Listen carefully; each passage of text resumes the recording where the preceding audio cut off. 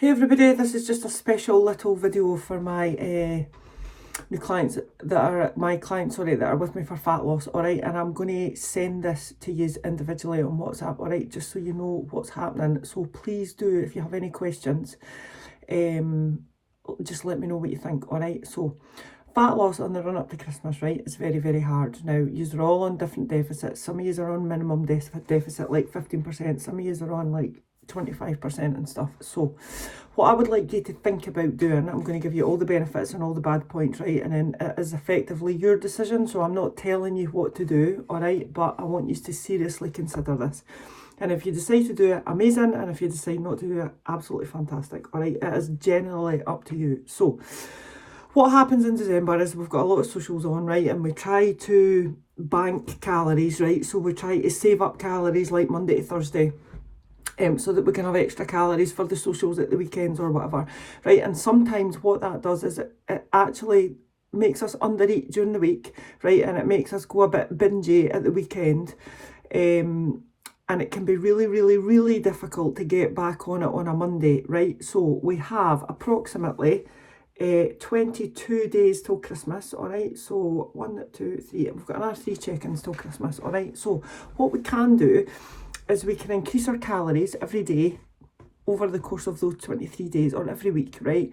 For extra calories while we're socialising and while we're partying, right? And what this does is it stops us under eating during the week to bank calories for the weekend, all right? So I will be doing this, all right? At the moment I am on, I think it's 1930 calories, right? So this week I'll be on 2030.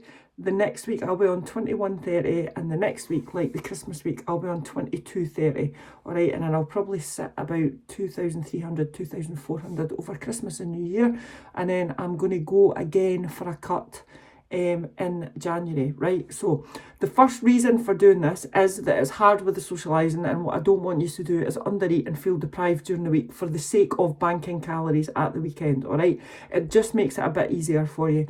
The second reason for this is if you are going to be with me for fat loss in January, and you are going to try and fumble your way through December on little calories, we are going to hit a problem in January, right? Mentally, you're going to hit a problem because you're going to maybe think that you've been starving yourself.